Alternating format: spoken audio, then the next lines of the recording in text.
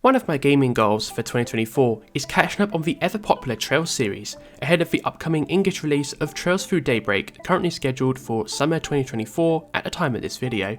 After playing through Cold Steel 1 and 2 many years back, before playing Sky FC more recently, I then chose the Crossbell duology next because the whole arc is now available on the Switch in English. Much like my recent Future Redeem video, I didn't intend to make a video on these games at first. However, because I played these games so much to the point where my original schedule has completely gone out the window, and as I also have a lot to say, this video exists, and it's going to be a long one, so sit down, get a coffee, and relax a bit while I talk a bit about the Crossbell games. As you probably already know about these games, I'll keep this introduction brief. The Crossbell arc consists of Zero no Kazeki and Ao no Kazeki, launching for the PSP in 2010 and 2011 respectively. They are the 4th and 5th titles in the Trails series, which is a sub-series of the vast Legend of Heroes series.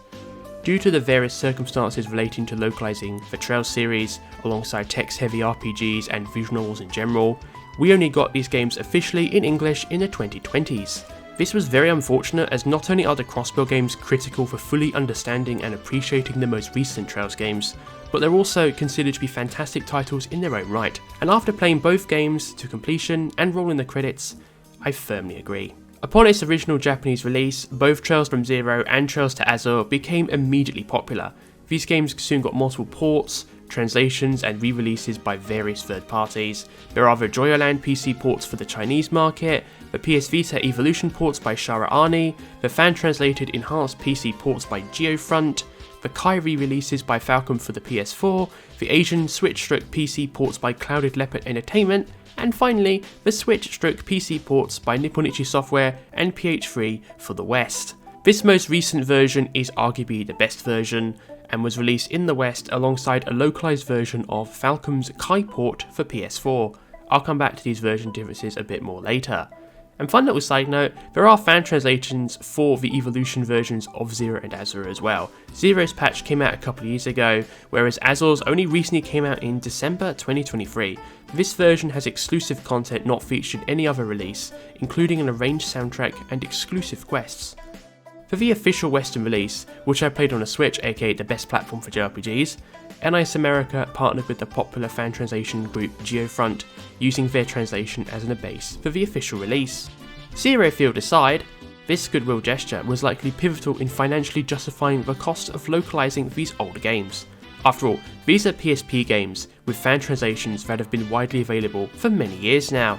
However, the market for text-heavy Japanese games in English is much bigger now than in the early 2010s, so it does make sense to go back and release these games officially at last. So let's set the scene for this duology a bit more. Crossbell is a landlocked autonomous state on the Zemurian continent where the Trails series is set. It has a lengthy history of occupation influenced by both the Erebonian Empire, which you explore in the Cold Steel games, as well as the Calvard Republic, which you see in the upcoming Daybreak arc. It's basically a puppet state for both countries who want to conquer it for its resources and strategic value long term. You play the role of Lloyd Bannings, a rookie detective who helms the Special Support Section Department for the Crossbell Police Force with 3 other members. First, there's Ellie McDowell, the daughter of the city's mayor. She has a lot of political and foreign connections. Then there's Randy Orlando, a chivalrous young man and former military guard. Finally, there's Tio Plateau, a quiet and reserved girl armed with an orbital staff and a wealth of knowledge. The Crossbell arc has a small core cast of characters which works to its benefit. All characters have time in the spotlight to shine and grow as people, even those who are only introduced and appear in Azure. Halfway through Trails from Zero, Lloyd discovers Kia while infiltrating an event. Kia is a young girl with long green hair and is the same girl that you see on Azure's box art. She has no memories about who she is or what happened to her in typical JRPG fashion. However, she has this enthralling charm that instantly draws the attention of everyone around her. This includes the SSS who become her caregivers. It's so cute seeing Kia integrate into the core cast, become the centre of the SSS world and protect her at all costs. Additionally, in Trails to Azure, the SSS expands with 2 new characters who you previously met in Zero. They are Noel Seeker, a military arms officer with the army, as well as Wazy Hemisphere, the head of one of 2 delinquent gangs in the downtown district. I like both of these characters as well. They also have their own charms and contributions to the team, and they also open up more strategies in battle. Outside of the core SSS staff, my favourite characters introduced in the Crossbell games include those you meet at Arc End Seal. There is Ilya Platere, a world-renowned performing artist. There's also Rixia, the up-and-coming performing artist who recently joined the troupe.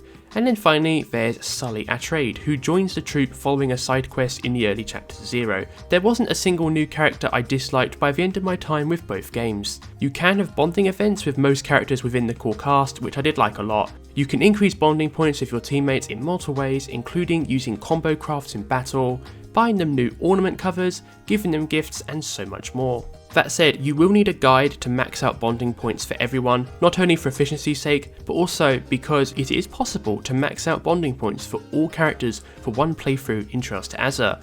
However, the backstory for some characters is locked behind their final bonding events right at the end of the game, which is not the best decision there, Falcom. However, if you do miss anything, the internet exists.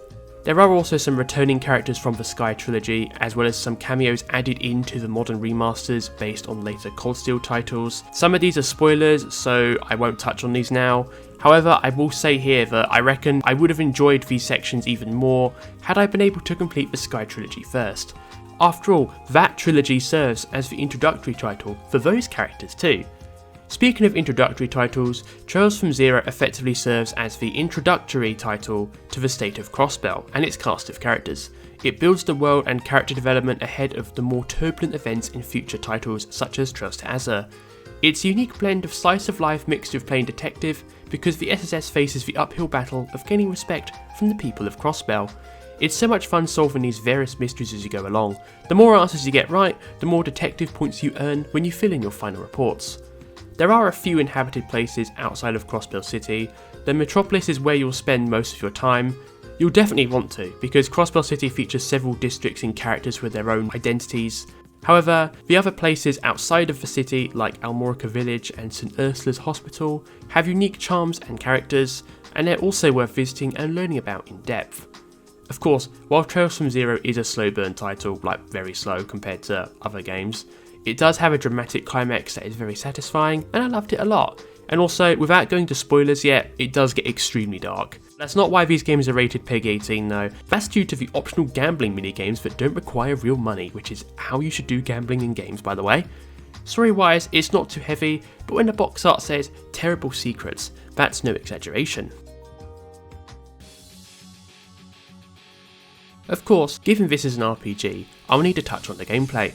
Given the Crossbell arcs are Falcom's last Trails titles to be developed in their original top-down perspective, the gameplay and visuals do look dated compared to the Cold Steel arc. As these were originally PSP titles, they also use the same art style you found in the Sky trilogy. While it does take time to get used to, if you like retro RPGs, you'll feel right at home. This presentation also extends to battles which take place from a top-down perspective.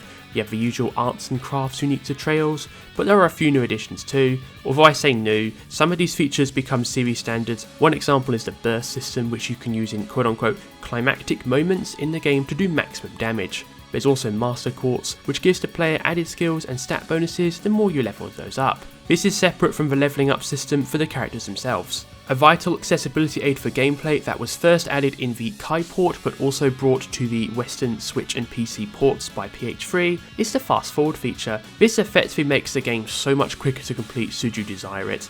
This is vital when it comes to backtracking as well as battles which can be extremely slow at the default speed. I wouldn't have beaten these games as quickly as I did if I didn't use these features, and frankly I would have probably gotten tired and had to put these games down for the time being, like I've done for many other RPGs that don't have this quality of life accessibility feature. This is also why I haven't finished the Sky trilogy.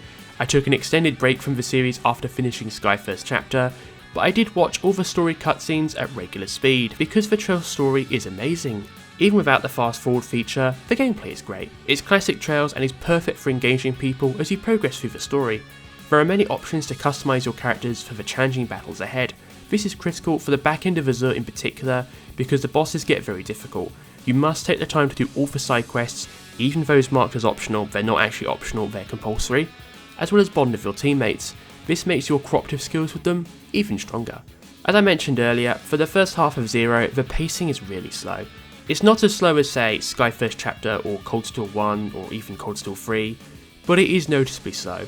A lot of the world building within Trails arcs is front loaded, and Crossbell is no exception. In Zero, you learn about Crossbell and key characters while doing seemingly mundane tasks and establishing the SSS's reputation. It seems insignificant now, but the knowledge you learn comes into play later. Another theme of the Crossbell arc that's known even outside of Falcon fans is overcoming barriers. These barriers are both personal and systemic. The main protagonist, Lloyd Bannings, embodies this mindset. His infectious personality and optimism influence those around him. The odds of succeeding in a state consumed by corruption are low. However, this desire essentially drives the story, especially at the back end of Zero. It's fantastic following these underdog characters as they seek to change the city-state they call home for the better, while the emphasis on barriers fades in Azure, which is understandable given the SSS are widely respected by this point. The stakes increase as more revelations come to light, thus making the story even more gripping before the climax. The climax of Trails to Azure is one of the best climaxes I've ever experienced in an RPG in perhaps all of video games. It's perfectly paced, the plot is genuinely unpredictable to the point where you end up re-evaluating the events of Zero. Azure is genuinely worth experiencing with as little prior knowledge of that game as possible. However, you must play Zero first, and ideally the Sky games too if possible. However, even if you've been spoiled on parts of the story or characters from playing the Cold Steel games, they do take place concurrently within the Trails universe of course, it's absolutely worth experiencing the Crossbell games on their own merits. There is something about them that will surprise you in the best way possible. It gels together so perfectly as a standalone experience as well as a core part of the Trails series, which goes to show the quality of their storytelling. That said, you do need to play these titles before completing the Cold Steel arc and Trails into Reverie. Characters introduced in the Crossbell games alongside Crossbell State itself appear in Cold Steel 3 and 4, as well as the divertisement chapter of Cold Steel 2. Plus, the Crossbell cast returns in Trails into Reverie as one of the 3 after stories told within that title, making it kind of like a visual novel fan disc or a third Crossbell game in that regard. Now moving on to some analysis of the games, I'm going to start up front with the most contentious topic of the entire video. Is the Crossbell arc Copaganda? I need to address this first because it's critical to understanding a lot of my thoughts behind playing this arc, and this is for one simple reason. I was initially quite hesitant to play this part of the series. This is because I'm generally quite uncomfortable with playing games where you play as police officers in general, because of the potential that they'll end up being Copaganda. This is why I haven't picked up Astral Chain from Platinum Games, also on the Switch, and will likely not pick up Level 5's upcoming Deca Police either, assuming that is actually going to come out. I don't want to go too deep into Copaganda as a theory because much of it dives into socio-economic and various other political theories that are much darker and somewhat irrelevant to the Crossbell arc. So I'm going to stick to this dictionary definition. Copaganda, a portmanteau or combination of cop and propaganda, is a form of propaganda used to describe depictions of police in a positive, excessively positive light while obscuring negative qualities, usually through mass media with the intent of swaying public opinion for the benefit of law enforcement. Copaganda has been criticised as being detrimental towards minority groups and victims of police misconduct and brutality, for obscuring criticism of police regardless of validity, and finally for creating an image of police as infallible heroes incapable of wrongdoing. Moreover, I felt uncomfortable within the opening hours of Zero that I was indeed playing Copaganda. The game didn't help with this because it's confirmed early on within Zero, one reason that the SSS exists. This reason is that Crossbell Police founded the SSS intentionally to get the police to compete with the Bracer Guild for public attention and respect. The Bracer Guild, in other words the same organisation that the Sky protagonists are part of, are held in comparatively more high regard than the Crossbell Police Force. However, over time the concerns I had, as well as the feelings of being uncomfortable, faded away. This is because many of the revelations revealed within Zero and later Azure reflect the reality of the police and political institutions alike. It reflects reality in that PR exercises meant to make the police look good will often fail.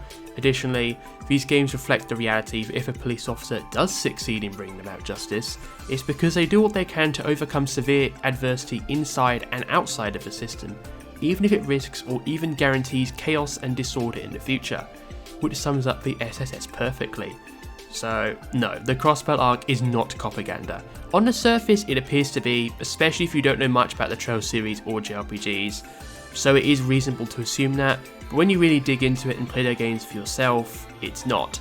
Something else confirmed within the opening hours of Zero is that the SSS is also designed to be a more unconventional, autonomous division to begin with, so have more freedom, which also reflects real life in terms of how structures outside the police are more effective than the system itself, such as mutual aid networks. Then there are certain characters and groups the SSS temporarily ally with throughout both games to get through bad situations. Without going to spoilers yet, these aren't the groups that you'd normally see the police affiliate with in real life. Speaking of spoilers, I'm going to end the critical political analysis there. I needed to get it off my chest, and now I'm going to move on to some more spoilery aspects of the game's story and some gameplay stuff. And I have a lot of thoughts to share, and I've got timestamps for everything alongside all the other information in the video, so if you wish to skip straight to the conclusion, I encourage you to do so now. This will cover both titles. I'm going to start with the terrible secrets revealed in Trails from Zero. This whole arc was one of the most disturbing things that I've ever played in an RPG. I've played much worse, don't get me wrong, I like visual novels, but I did not expect to see this level of dark, disturbing shit within the Trails series. The DG cult, who opposes the existence of Eidos, the god found within the Trails universe, has done some genuinely horrific shit that I don't even want to say directly in this video. To put things into perspective, Ouroboros, the main antagonist for the entire Trails series, joined forces with the countries in Zemuria to defeat this cult long before the events of Zero. When even Ouroboros, the main antagonists and overall against these countries, would team up with them to get rid of this cult. Then of course there's the plot twist regarding Joachim Gunther, the man you trusted to help you learn about Kia late in Zero, turns out to be, well, an extremist, and the main antagonist of Zero. And this is before going on to the drugs, demonization, then the hospital shut-in, and all the other stuff that puts together Zero's showdown at the LBC, and then later the Sunfall. It's just really wild and it's really wild but also really dark at the same time. It's surreal in some ways. But unlike most Trails games, Zero's story is wrapped up relatively well. There isn't a cliffhanger ending, so it could work as a standalone experience. However, there are just so many lingering questions that you're compelled to play the sequel ASAP, and I definitely recommend doing so. I'm going to return to key events in Azure later because I want to touch on some of the character arcs first, which are another real highlight for the Crossbell games for me personally. Lloyd's arc is interesting because he seeks to become a detective, partially to discover the truth behind his brother's death. Guy Bannings died a few years before the events of Zero in unknown circumstances. It's satisfying seeing Lloyd slowly close in on the truth, all while building up ties with everyone around him through his infectious optimism. This ensures he develops the leadership skills and support required to save Crossbell. And he's a great protagonist and I like him a lot. And like all the SSS, he's probably the only cop who's not a bastard. Tio's arc is the most emotionally devastating. A lot of her core character development occurs in the second half of Zero as she's forced to face the trauma inflicted on her as a child by the DG cult. It gets even more disturbing when you visit Altair Lodge at the start of Azure. It's really unsettling exploring this place, partially because the players by that point has become attached to Tio, who was the sole surviving character from that lodge. And yeah, you get to visit the place she was rescued from years ago. It's pretty grim. Either way, her dark and tragic backstory makes her character arc more satisfying as you see her open up to everyone around her and build genuine connections as she comes to terms with her past. Plus, you also see her use her wide range of abilities for good, even those that the cult artificially ingrained into her, making her an essential member of the SSS. One minor con of her arc is that most of her character development occurs in Trails from Zero, but I do think she has the potential to further grow as a character in future Trails titles. Given that she does make return appearances, I'm interested in seeing where Falcom takes her character. Moving on to Rixia now, her arc is among the most emotionally moving for me, but in a very different way. Now, she lives a double life as a performing artist at Arc and Seal, which is the main troupe, as well as the legendary Eastern assassin Yin. This double life is something that ultimately turns out to be unsustainable, and there are two things I particularly love about Rixia's character arc. The first is how the double life plot twist is told to the player. Because Yin's identity is revealed early on in Zero, players know the truth long before the SSS do. This enables Falcom to tell her story in a way rarely done with these kinds of big reveals. Throughout the game, you can peek into Rixia's inner thoughts about her double life alongside her own internal battles. Does she follow the path she was assigned from birth, through embracing the identity of Yin and becoming the heartless killer she believes she has to be? or does she be true to herself and pursue her new love and passion in performing arts? This brings me on to the second reason. Rixia's character arc is among the most dramatic in the game due to the bulk of her character growth appearing within Azure. The deteriorating situation in Crossbell forces her to confront her feelings to save the friends and people she's grown to love. Even though the SSS know Rixia and Yin are one and the same, they still accept her for who she is. They know she's a good person and have seen her grow since coming to Crossbell, which is so lovely.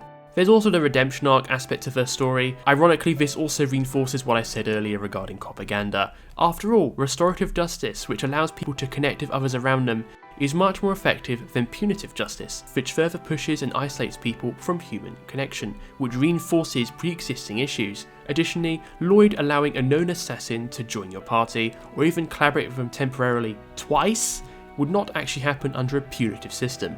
Then again, neither would partnering with a magical wolf, a religious organisation with a beautiful white ship, or even a convict to break out of prison. But that's the power of video games, as well as spoiler warnings long in advance on YouTube video essays. Anyway, I've gotten too political again, so I'll just finish by adding that Rixia is so badass in battle, and is especially helpful in the late game, even if half the enemies are completely immune to instant death effects. There are a few other character arcs I want to touch on a bit because I think they sum up the appeal of the Trails series very well, and how deeply interconnected titles manage to handle the balance between newcomers and veterans.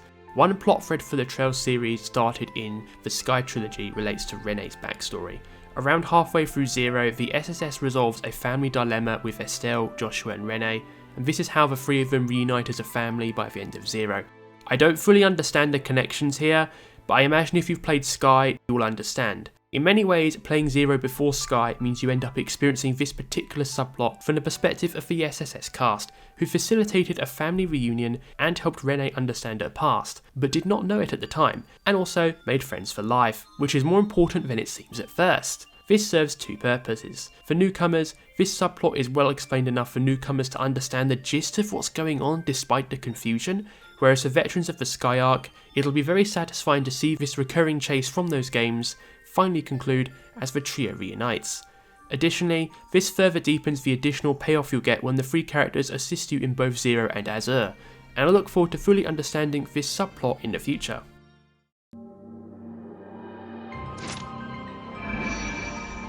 The encounter with Arianhrod at the top of Stargaze's tower is one of the most iconic gameplay sequences within the Trails series, and by extension Falcom RPGs period.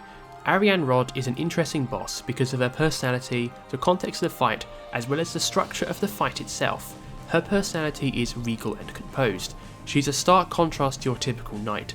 Additionally, she is the biggest barrier between the party and their goals at that point in the game. Therefore, there's a lot of symbolism within this battle, especially when you consider that she essentially acts as a super boss in the middle of the game, something that you rarely see in RPGs, outside of post-game as well as new game plus content. To win the fight against her and overcome this barrier, you just have to break her mask. It is possible to defeat her, and if you do, you get a slightly different post-battle conversation. You need a solid strategy, an evasion tank, as well as a deep knowledge of the battle system found within the Crossbell games. In many ways, it's the ultimate test, but also one of the best battles in the entire game, and potentially the franchise too.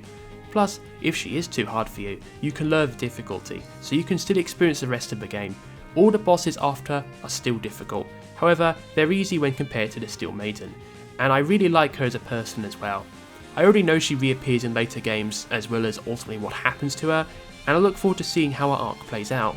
And then of course, we get to the ending sequence, which genuinely blew my mind. The massive ascent up the Azure tree is genuinely memorable in its own right. Some people say it's a bit too long and bland visually.